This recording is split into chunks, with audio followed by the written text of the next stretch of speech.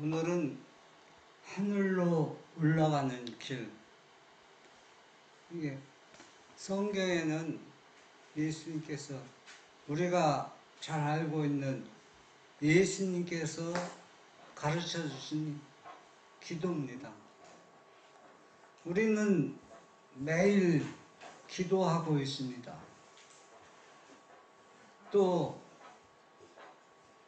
교회에서나 집에서나 기도를 하고 있는데 예수님이 가르쳐 준 기도처럼 확실하게 기도하는 사람들은 거의 없습니다. 여러분, 주의 기도문 자세히 살펴보십시오. 연구해 보십시오.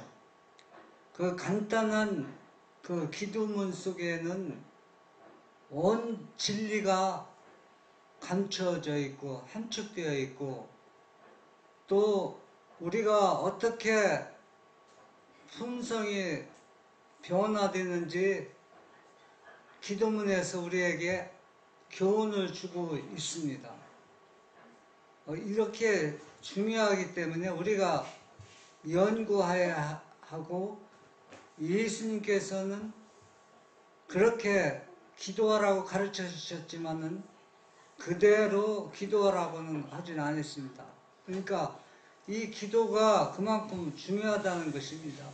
여러분들, 어떤 사람은 평생 하나님 믿어도 기도 한 번도 안 해본 사람이 있어요. 네? 그런 사람이 있어요. 진짜요? 그러니까 그 마음속으로 집에서 기도하는 것이지 대중 기도는 안 해봤다는 얘기입니다. 제 이승무가 감리교에 다니는데 제가 이갓집에 가면은 그 기도 하라고 하면 제가 대신 합니다. 대신, 이승무 대신. 그래서 교회 집사님이 되신데도 기도를 안 해보면은 잘 할 줄 몰라요. 그냥 얘기는 잘 하지만은. 그래서 예수님께서는 우리가 어떻게 기도하는지를 예수님이 가르쳐 주신 것입니다. 그래서 이 가르쳐 주신 기도를 우리가 연구해 보면 우리가 평상시 가정에서나 교회에서나 우리가 어떻게 기도할 것인지 우리가 큰 도움이 될 것입니다. 그래서 오늘은 하늘로 올라가는 길 제1부를 제가 말씀을 준비했습니다. 마태복음 6장 9절에 보면은 너희는 이렇게 기도하라. 어떻게 기도하라 했습니까? 예수님은 어떻게 기도하시고 우리에게 너희도 이렇게 기도하라고 가르쳐 주셨을까요? 예수님은 하루 일과를 시작하기 전에 또 봉사 사업에 들어가시기 전에 제일 먼저 아버지와 기도하시고 또 교통하시고 큰 소리로 기도하시는 것을 누가 가끔 들었다 했어요? 제자들은 그것을 볼 수가 있습니다. 그래서 제자들까지도 뭐 했다고 했습니까? 기도를 가르쳐달라. 가르쳐달라고 한 것은 왜 가르쳐달라고 했을까요? 아버지하고 너무 진지하게 얘기를 해서 예, 큰 감동을 받았기 때문에 가르쳐달라고 합니다. 여러분들도 여러분이 기도할 때 듣는 사람이요 뭘 해야 돼? 감동을 줄 수 있는 기도를 할 수 있으면 얼마나 좋을까요? 우리도 그렇게 할 수 있습니다.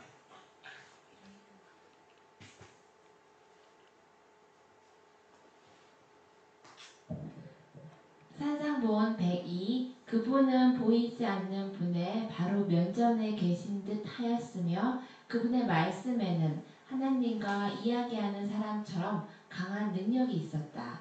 경청하는 제자들의 마음은 깊이 감동되었다. 그들은 예수께서 한적한 곳에서 당신의 아버지와 교통하면서 오랜 시간을 보내시는 것을 흔히 목격하였다. 예. 이 예수님은 기도하실 때 혼자 기도하고 계시지만은 꼭 상대방이 있는 것처럼 아버지와 대면해서 이야기하는 것처럼 그렇게 기도하는 모습을 제자들이 보고 큰 감동을 받았습니다.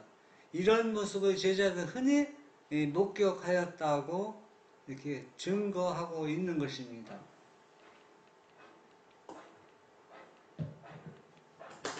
그러나 그분께서 고된 하루를 마감하는 기도의 시간에서 돌아오실 때 그들은 그분의 얼굴에서 평화의 모습, 곧 전신을 휩싸고 있는 듯한 상쾌함을 보았다. 그분은 아침마다 하나님과 더불어 시간을 보낸 후에야 사람들에게 하늘의 빛을 전하기 위해 나가셨다. 제자들은 그분의 말씀과 사업의 능력이 그분의 기도 시간과 관련이 있다고 결론지었다. 예. 말씀의 능력이 어디에서 나온다고? 기도에서 나온다고 제자들은 그렇게 생각할 수밖에 없었습니다. 그러면 제자들도 뭘 많이 할 수밖에 없어요. 기도를 많이 할 수밖에 없습니다. 왜? 능력 있는 말씀을 전하기 위해서는 그래서 말씀에 능력이 없으면은 나가서 전할 수 있는 뭐가 없어요? 용기가 없습니다. 그래서 마틴 루터는 하루에 몇 시간씩 기도한다고 했어요? 4시간. 네, 4시간씩 기도하고 새벽에 기도.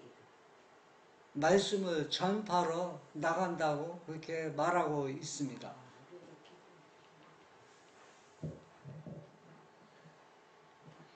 마태복음 6장 9절에 보면 하늘에 계신 우리 아버지여.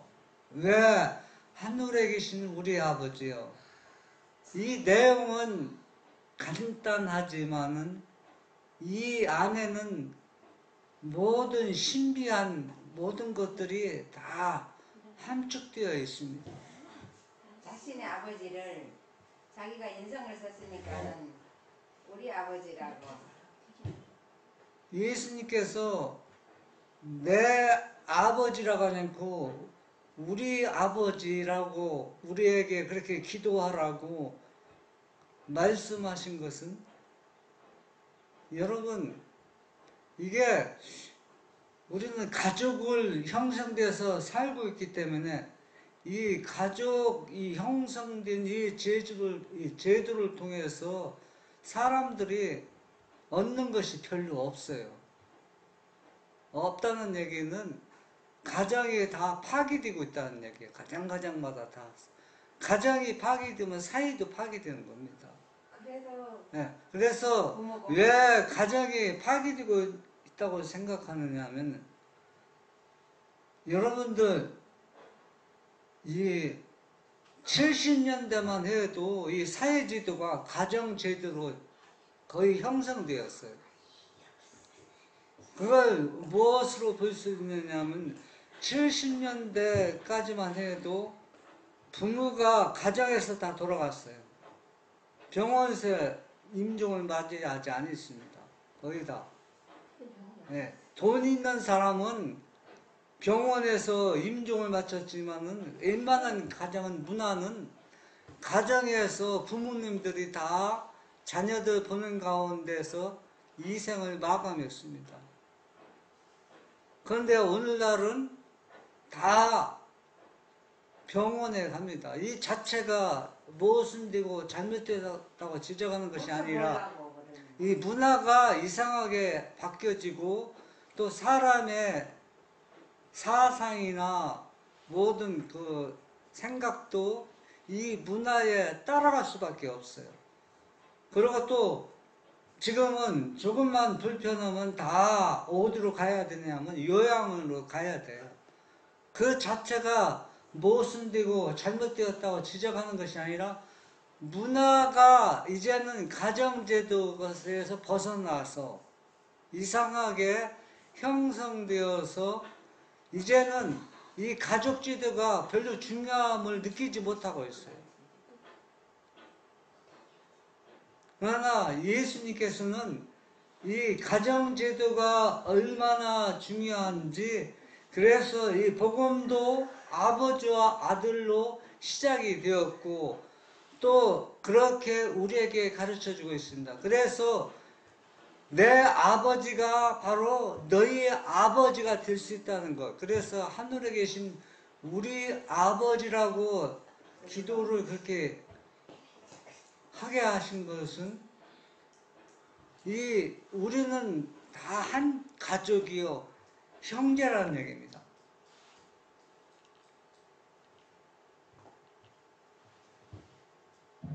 예수께서는 당신의 아버지를 우리의 아버지로 부르도록 가르치신다. 그분은 우리를 형제라 부르는 것을 부끄러워하지 않으신다.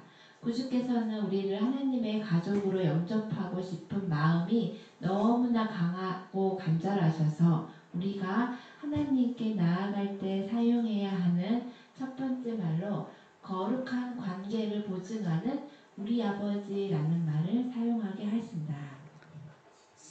우리가 한번 살펴봅시다. 예수님이 우리의 마땅히 되시는데 우리와 같은 혈육이요 형제인데 우리는 얼마나 한마디로 지금 어떻게 보면 너무 촌스럽다고 하죠. 또 얼마나 사악하고 또 얼마나 덕성이 없고 이기심이 가득 찬 우리를 형제라 부르는 것을 부끄러워하지 않으신다고 했습니다. 이게 여러분 간단할 것 같아요? 그렇지 않습니다. 여러분들도 친구를 사귈 때 인간관계에서 조금 모자라거나 또 몸에서 냄새가 나거나 여러분 취향에 맞지 않으면 그 사람과 같이 교제하기를 꺼려하고 멀리하고 있습니다. 그런데 예수님은 우리 같은 그 예수님의 입장에서 볼 때 우리는 벌레만도 못한 존재인데 우리를 형제라 부르는 것을 부끄러워하지 않으신다는 것은 그분의 덕성과 품성이 얼마나 고결하고 또 아름다운지 우리가 여기에서도 엿볼 수가 있는 것입니다.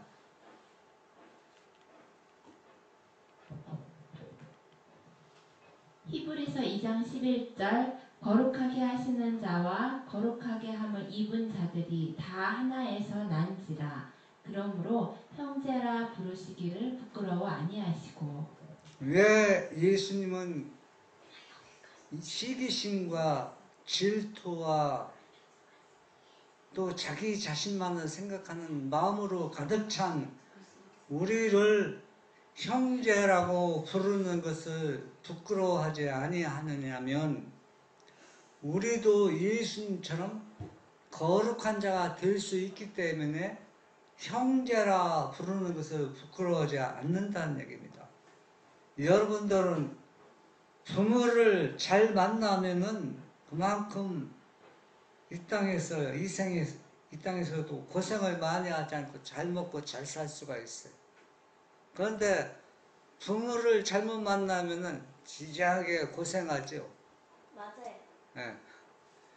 제 어렸을 때는 하도 배고파서 제 초등학교 동창 중에 우리 동네에서 제일 부잣집이 있었어요.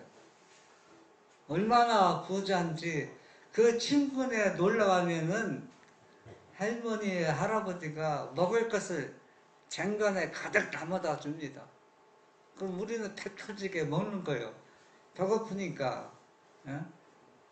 그러면서 그 친구를 얼마나 부러워하겠습니까? 이런 부모를 만나는 거는 얼마나 좋습니까? 그러나 우리는 저기 궁금한게있는데요. 그 당시 부자는 우리 정도로 사는 사람이었나요? 그 당시는 너무 부자였어요. 얼마? 아니 그럼 우리 정도가 부자예요? 우리 정도?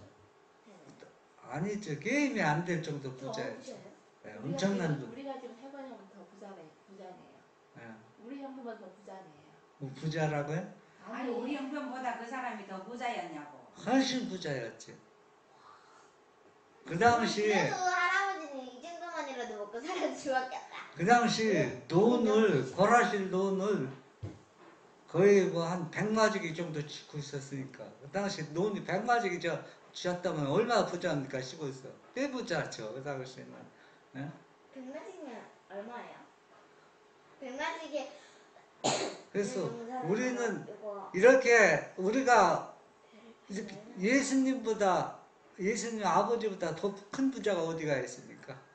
예? 온 세상이 다. 온 세상이 다 아버지의 것이요 온 병원이 다 아버지의 것인데 그런 아버지를 예수님은 너희 아버지라고 이렇게 우리에게 말씀해 주시는 겁니다. 사실 우리는 이런 아버지를 우리 곁에 계시기 때문에 우리가 두려워하거나 걱정할 필요가 없어요. 아버지 우리 참 세상에 이런 아버지를 두고 산 사람이 누가 있습니까? 어? 그런데 우리는 주의 기도문을 우리가 등한히하고 연구하지 않음으로 인해서 하나님을 믿으면서 걱정 얼마나 많이 하고 있습니까? 예? 어떻게 우리가 하늘에 갈 수 있는가? 여러분 이런 아버지를 우리가 우리 곁에 있으면 우리가 하늘 가는 거 걱정이 없어요. 왜? 그분의 은혜만 우리가 바르게 이해하고 깨달으면은 하늘 가는 거 누가 말더라 따는 겁니다. 그 쉬운 거예요. 쉬운 것을 우리가 너무 어렵게 믿음의 생활을 하고 있다는 것입니다. 화익주서 히브리서 2장 10절 신성의 능력들이 분리됨. 우리 구원의 주는 고난으로 온전케 되셨고 그의 영혼은 속죄 제물이 되셨다. 하나님의 사랑과 은총을 거두어 가셨기 때문에 두려운 어두움이 그의 영혼을 휘감은 것은 필연적인 일이었다. 이는 그가 죄인의 자리에 서 있었기 때문이었다. 이 어두움은 모두 죄인이 다 경험해야 한다. 의로운 분이 하나님의 정죄와 진노를 받아 고통을 받아야 했다. 예. 여러분이 제가 서론에서 가정제도가 얼마나 중요하고 또 이 가정제도가 오늘날은 많이 파괴되고 있다고 제가 분명히 말씀을 드렸습니다. 여러분 가정에서 어차피 누군가가 죽어서 희생해서 한 사람을 살려야 된다면은 그게 쉽습니까? 어렵습니까? 어렵지. 보통 사는 사람에다 살아야지. 죽을 사람 살리기 위해서 사는 사람을 죽인다. 쉬운 게 아닙니다. 어렵지. 그런데 하늘에 계신 아버지는 우리를 살리기 위해서 자기 아들을 죄인의 자리에 서 있게 했다는 얘기입니다. 여러분 죄인의 자리에 서 있는 그 자세가 무엇인지 사람들은 예수 믿으면서 그걸 모르고 있어요. 너무 모르고 있습니다. 왜 모르고 있느냐 하면은 예수님은 여러분의 죄를 지면서 회개하고 또 예수님 믿지만은 죄인의 자리에 서 있지는 지금 않고 있어요. 왜 서 있지 않고 있느냐? 우리가 우리의 죄를 누구한테 이름시켰습니까? 예수님한테 다 이름시켰기 때문에 예수님이 나의 죄, 우리의 모든 죄를 가지고 가서 진짜 죄 지은 사람 자리에 서 있어서 누구와 분리되는 겁니까? 아버지와 완전히 분리되는 것. 그 고통은 말할 수가 없는 겁니다. 그런데 이런 분리되는 이런 경험은 사람이라면 누군가 다 한 번쯤 해야 된다는 얘기입니다. 그런데 우리는 아직 그런 경험을 해보지 않았기 때문에 예수님이 죄의 자리에 서 있었을 때 아버지로부터 사랑받는 아버지로부터 용기와 위로를 받는 아버지로부터 얼마나 분노와 미움과 그런 것들을 피부로 느끼는 것이 바로 신성 능력들이 완전히 분리되는 모습이라고 표현하고 있는 것입니다.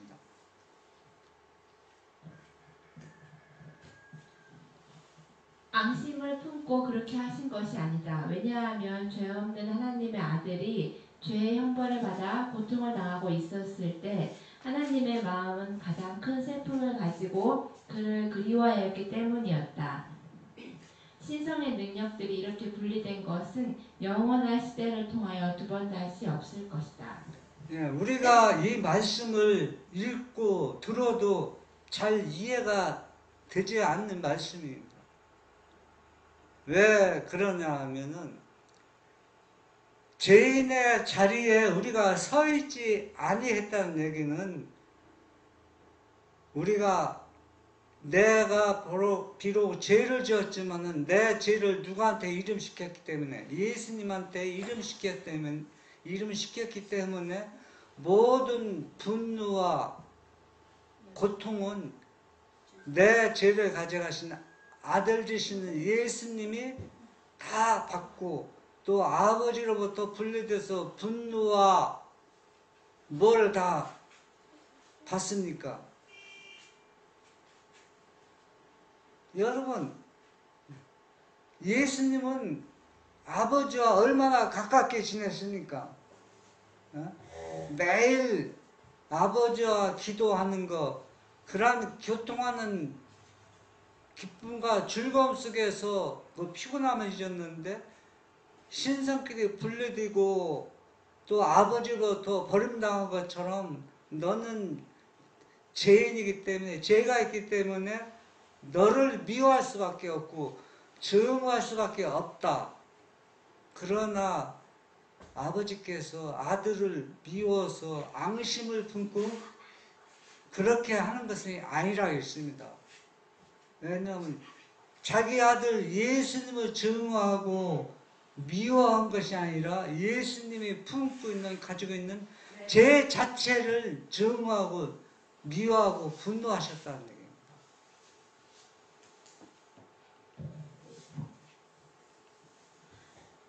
산상보온 104 여기 하나님께서는 당신의 아들을 사랑하시는 것처럼 우리도 사랑하신다는 용기와 위로로 가득 찬 놀라운 진리의 선언이 있다.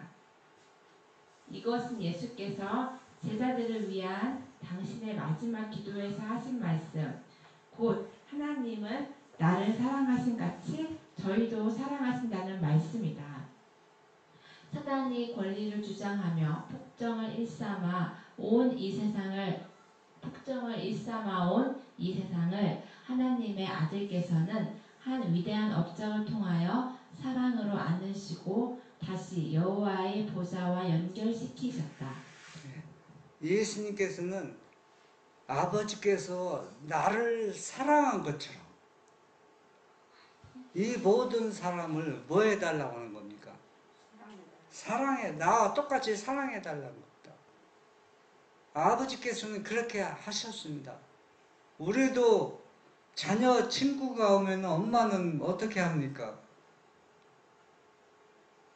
내 자식은 아니지만 내 자녀처럼 맛있는 걸 해주고 또 은혜를 베풀어 줍니다. 왜 그렇습니까? 내 자녀를 사랑하기 때문에 그렇습니다.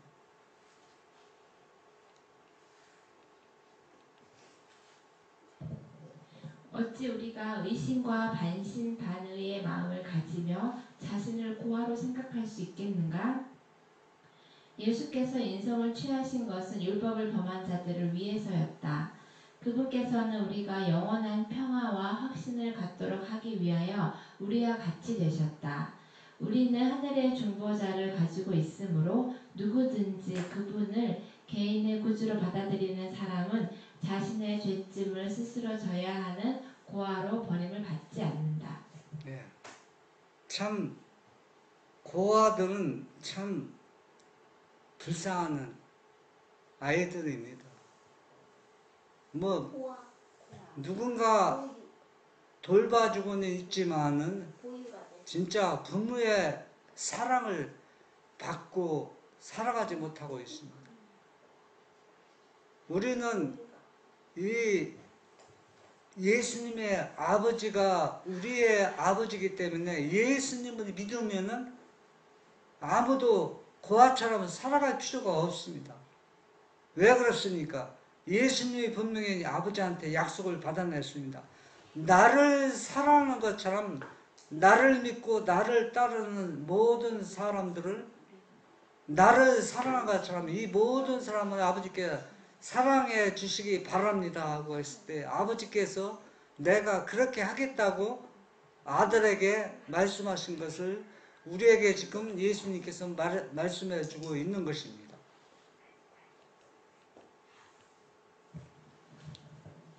하나님의 사랑을 깨달으면 이기심을 버리게 된다. 하나님을 우리 아버지로 부름으로써 우리는 그분의 모든 자녀를 우리의 형제로 인정하게 된다. 우리는 모두 이리저리 얽힌 거대한 인간 사회의 한 부분이며 한 가족의 구성원들이다. 우리는 무엇을 강구할 때 자신과 함께 이웃도 포함시켜야 한다. 자신만을 위하여 축복을 구하는 사람은 올바로 기도한다고 할 수 없다. 예. 이 가족제도가 이와 같이 중요함을 우리에게 교훈을 주고 있습니다. 우리는 내가 배고프면 다른 사람도 배고플 것 같은 느낌이 들 때가 있습니다. 내가 배부르면 다른 사람도 배부르다고 생각하는데 그러나 그렇지 않을 때도 있습니다. 우리는 이기심과 질투 때문에 하나님의 온전한 사랑을 깨닫지 못해서 자아가 살아있고 이기심을 버리지 못하게 되는 겁니다. 하나님의 온전한 사랑을 깨달으면은 이기심을 버릴 수밖에 없어요.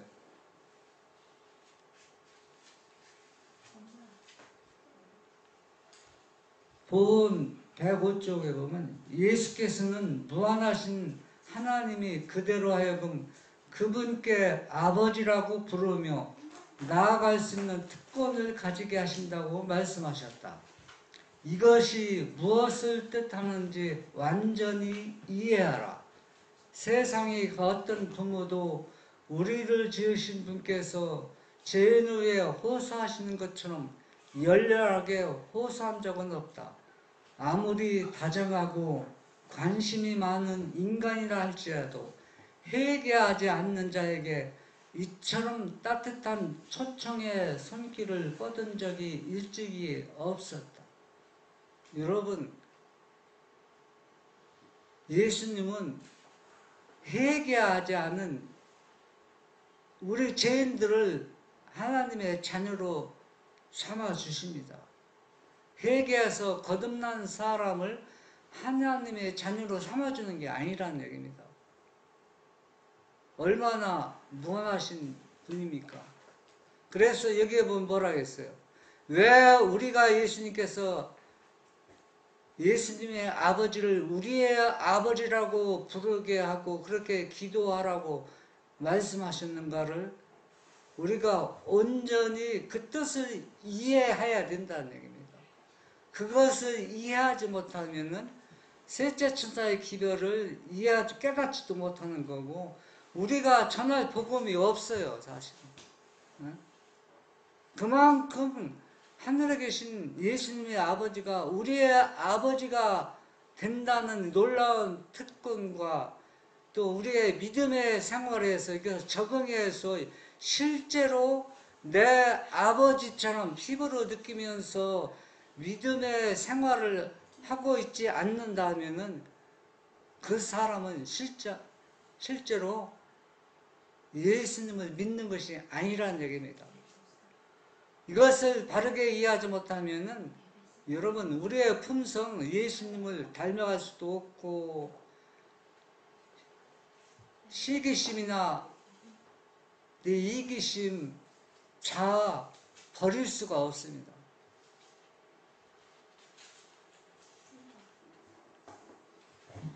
하나님께서는 도처에 계신다. 그분은 입에서 나오는 모든 말을 들으시고 우리가 드리는 모든 기도에 귀를 기울이시며 각 사람의 슬픔과 실망을 맛보시고 우리가 아버지와 어머니와 자매와 친구와 이웃에 대해 어떤 태도로 가지는지 주시하신다. 그분은 우리의 필요를 채워주시고 그분의 사랑과 자비와 은혜는 우리의 필요를 충족시켜주기 위해 끊임없이 넘쳐흐르고 있다. 네, 제가 어느 먼 곳 출장을 나가서 하도 배가 고파서 견딜 수가 없어서 호주머니를 뒤져보니까 사 먹을 돈이 없어요. 돈이 없어서 배는 고픈데 어떻게 할 방법이 없습니다. 여러분들도 그런 경험을 했을 때가 있을 것입니다. 그리고 또 제가 어렸을 때 하도 배고파서 지나가다가 무가 있으면 그 무를 뽑아 먹어놓은 경우가 있습니다. 남의 것이지만은. 그러나 그 당시 문화는 배고파서 무 뽑아 먹는 게 크게 뭐 그렇게 잘못됐다고 생각하지 않습니다. 하도 배고프니까 다. 그러나 하나님을 우리의 아버지로 믿고 사는 사람들은 전지전능하시기 때문에 이분이 계시지 않은 것이 없어요. 사방 도처에 이분이 계시기 때문에 우리가 염려하고 걱정할 필요가 없습니다. 왜? 언제든지 우리가 원하면 우리에게 도움을 주시기 때문에 그렇습니다.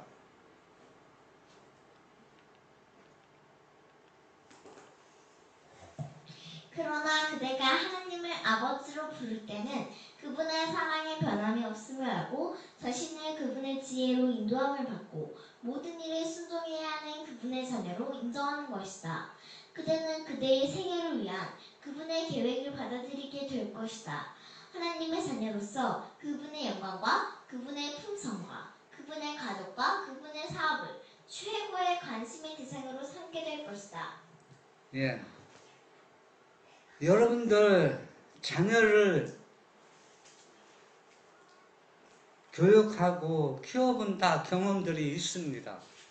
자녀가 잘못하면은 자꾸 엄마의 사랑을 그리워하면서 자꾸 피하죠. 눈치를 봅니다. 그런데 자녀가 엄마하고 부모하고 가까워질 수 있는 것은 무엇입니까? 내 잘못을 고백하고 말하는 것입니다. 자기 잘못을 감춰두면은 이 엄마와 가까워지는 것이 자꾸 멀어집니다.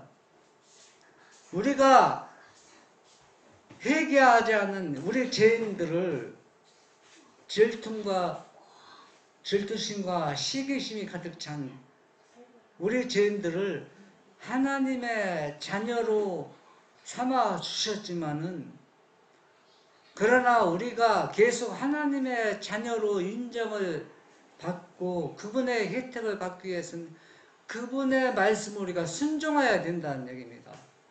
순종하는 것도 내 의지로 되는 것이 아니라 순종할 수 있는 능력을, 자비와 은혜를 주십니다. 그분의 은혜를 통해서 우리가 순종할 때 우리는 뭐에 그분의 자녀로 계속 인정을 받고 살아갈 수 있다는 얘기입니다. 그런데 사람들은 어떻게 생각합니까?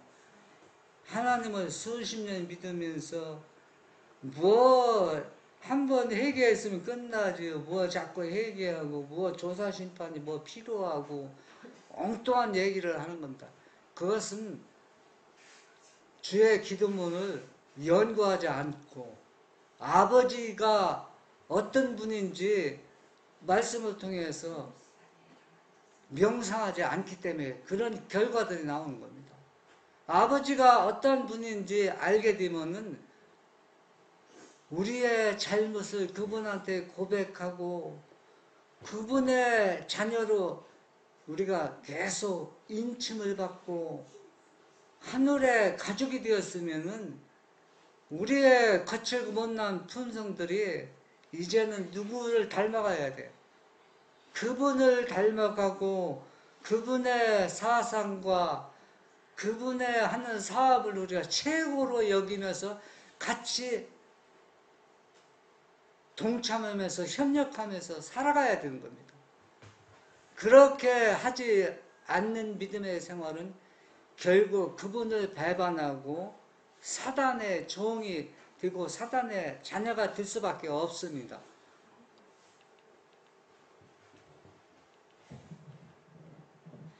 그대가 가지게 된 하늘아버지와 그 가족의 모든 구성원과의 관계를 기쁜 마음으로 인정하며 귀히 여기게 될 것이다. 하나님의 영광과 한 가족이 된 자들의 복리를 위한 것이라면 비록 비천한 일일지라도 모두 즐거이 하게 될 것이다.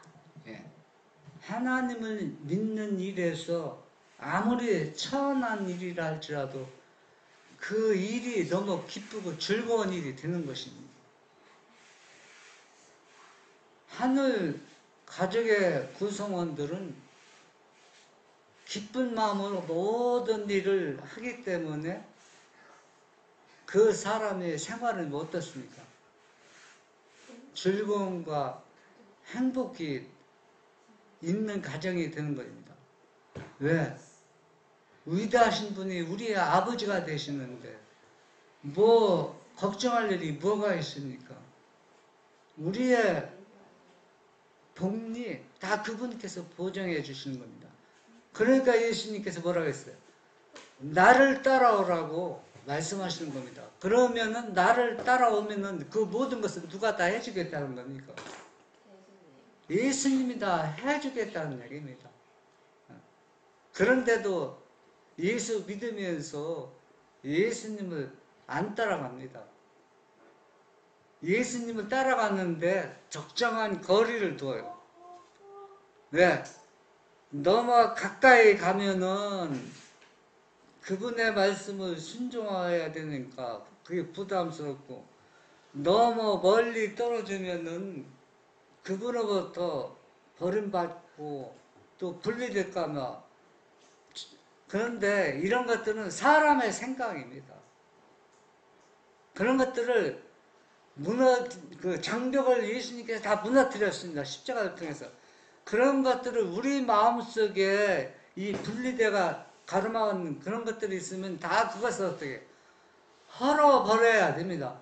헐어버려서 우리가 원할 때마다 예수님께 직접 아버지께 나갈 수 있게 해야 된다는 얘기입니다. 사단이 추방된 것은 십자가 때 그는 인성으로 사단을 추방하였다. 에덴에서는 사단이 그 인성에 대하여 승리한 승리자가 되었다. 그 원수는 인성을 입으신 그리스도로 말미암아 정복된 것이다. 구주의 신성의 능력은 감추어졌다.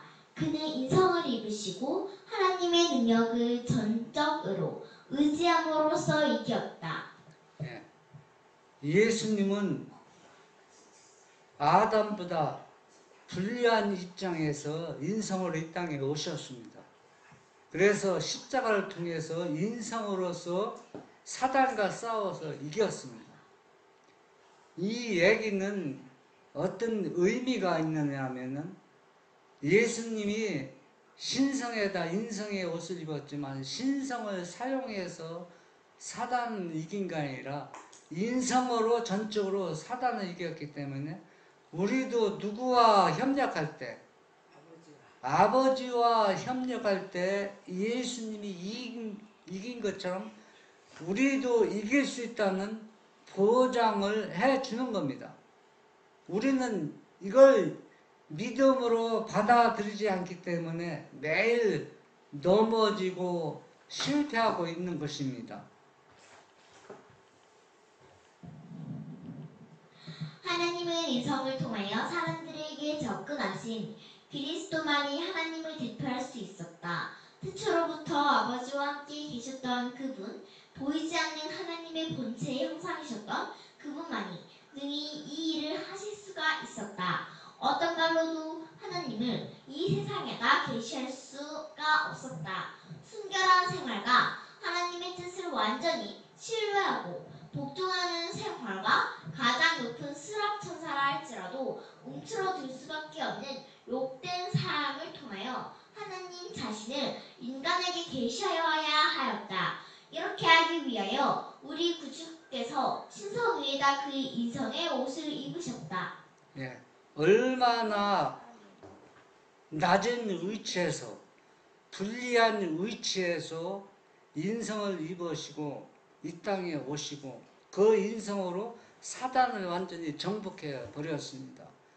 그래서 예수님은 누구를 나타내기 위해서 아버지의 품성을 오해받고 또 아버지가 너무 가혹하고 냉정한 분이라는 것을 사단이 그렇게 자꾸 얘기하기 때문에 사단이 얘기하는 것이 완전히 그릇되고 잘못되었다는 것을 예수님이 친히 모든 것을 보여주셨습니다. 그래서 하나님을 대표할 수 있는 존재는 오직 누구뿐이라는 얘기입니다.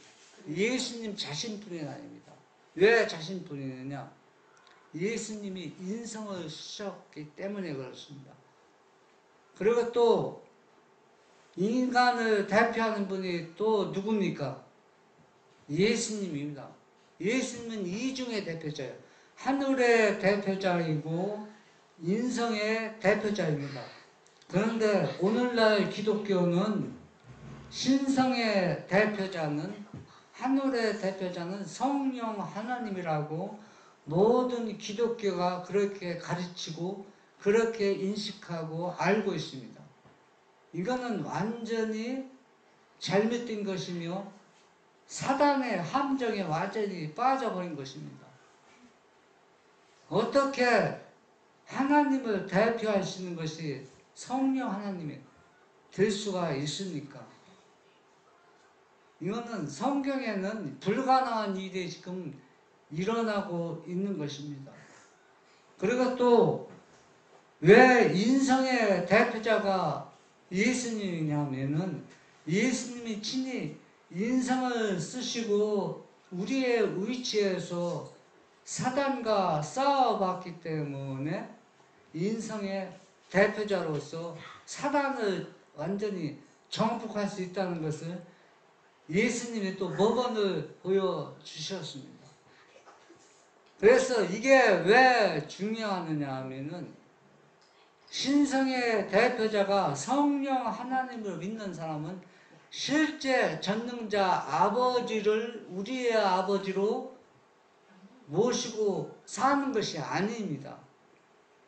그리고 또 신학에서 나오는 성령이나 또 그분의 영, 그리스도의 영은 누구의 영이냐면 예수님이 인성을 쓰셨던 그분의 영입니다.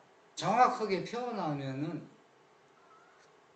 그래서 그분이 인성을 쓰시고 모든 시험을 견뎠고 또 시험 당할 때 어떻게 이 시험을 극복할 수 있는 그 방법을 몸소 예수님이 체험했기 때문에 자기가 경험했기 때문에 우리를 어떻게 도와줄지 잘 알고 있습니다.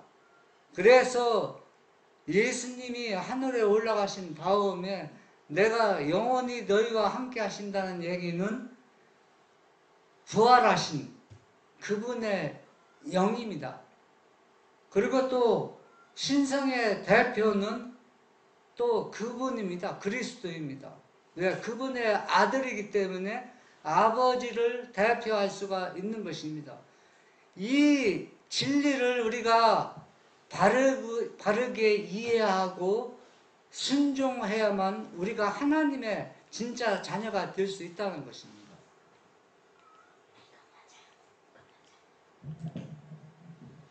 그는 인간의 신체와 정신 기능을 이용하셨다. 이렇게 함으로써만 인간의 이해를 받을 수가 있었기 때문이었다. 인성을 갖고 있어야만 인간의 마음에 이를 수가 있었다. 그는 하나님께서 그를 위하여 예배하신 인간의 몸을 가지고 하나님의 품성을 생활로 나타내었다. 그는 하나님의 생활을 인간의 육체 가운데 구현함으로써 세상을 축복하셨다. 이렇게 해서 그는 신성과 인성을 결합시키는 능력을 가졌다는 것을 보여주었다. 신성과 인성이 결합하는 방법, 연합하는 방법을 예수님께서 친히 모범을 보여주셨습니다. 그래서 우리는 하나님의 품성을 생활로 나타날 수 있는 것은 예수님처럼 인성과 신성이 연합할 때 우리가 그러한 능력을 통해서 우리가 사단과 싸워서 이길 수 있는 것입니다. 왜냐하면 예수님께서 친히 인성을 가지고서 경험했기 때문에 이 경험을 통해서 우리에게 어떻게 도움을 주고 또 어떤 이 어려운 시험을 이길 수 있는 방법과 비결을 예수님께서 알기 때문에 그분이 도와주는 겁니다. 그런데 오늘날 많은 기독교에서는 제 신성의 삼위 세력 성령 하나님을 통해서 우리가 죄와 싸워서 이길 수 있다. 그렇게 지금 가르치고 그렇게 잘못 이해하고 있는 것입니다. 이거는 완전히 잘못된 교리입니다. 이것을 중요하게 생각하지 않는 사람들은 성경을 예수님의 방법대로 원하는 대로 성경을 연구하지 않기 때문에 이러한 엄청난 과오들이 나오고 있는 것입니다. 그래서 저는 이 시간 우리가 예수님이 가르쳐 주신 주의 기도문을 우리가 하나님의 은혜를 통해서 하나님 말씀을 더 깊이 이해하고 깨달아 말씀대로 순종해서 창조주의 영광을 나타내는 우리 모두가 되기를 간절히 바랍니다.